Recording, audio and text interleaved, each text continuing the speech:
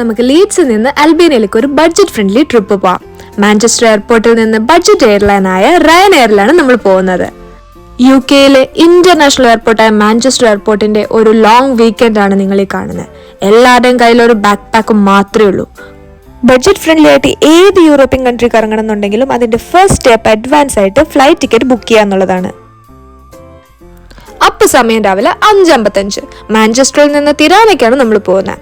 Budget എയർലൈനായ Rayan air ആണ് നമ്മളെ കൊണ്ടുപോകുന്നത്. ഒരാൾക്ക് £60, അതായത് നമ്മുടെ ഒരു 6,000 രൂപ വരും.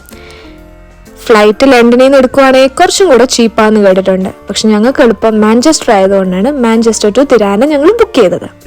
മാഞ്ചസ്റ്ററിൽ നിന്ന് ഫ്രൈഡേസും ട്യൂസ്ഡേസും മാത്രമേ തിരാനയ്ക്ക് ഫ്ലൈറ്റ് ഉള്ളൂ. ഗ്രീസിനും സെർബിയയ്ക്കും ഇടയ്ക്ക് ഏഡ്രിയാറ്റിക് കടൽ തീരത്ത് സ്ഥിതി ചെയ്യുന്നു അൽബേനിയ.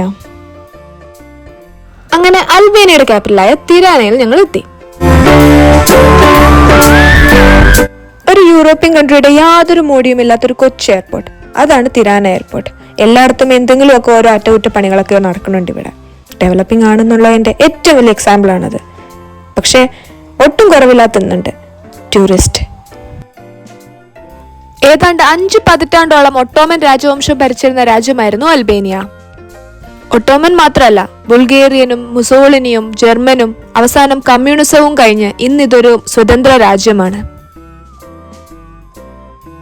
നേന തെരേസ എയർപോർട്ട്, തിരാന ഇന്റർനാഷണൽ എയർപോർട്ടിന്റെ മറ്റൊരു പേരാണ് നേന തെരേസ എയർപോർട്ട്. നിങ്ങൾ ഉദ്ദേശിച്ചത് തന്നെ, നമ്മുടെ മദർ തെരേസയുടെ ജന്മനാടും ഈ അൽബേനിയ തന്നെയാണ്. അതുകൊണ്ട് തന്നെ മദർ തെരേസയുടെ വലിയൊരു സ്റ്റാച്യു എയർപോർട്ടിൽ തന്നെ വെച്ചിട്ടുണ്ട്. ബാക്കി ഇനി നെക്സ്റ്റ് വീഡിയോയിൽ. Keep watching.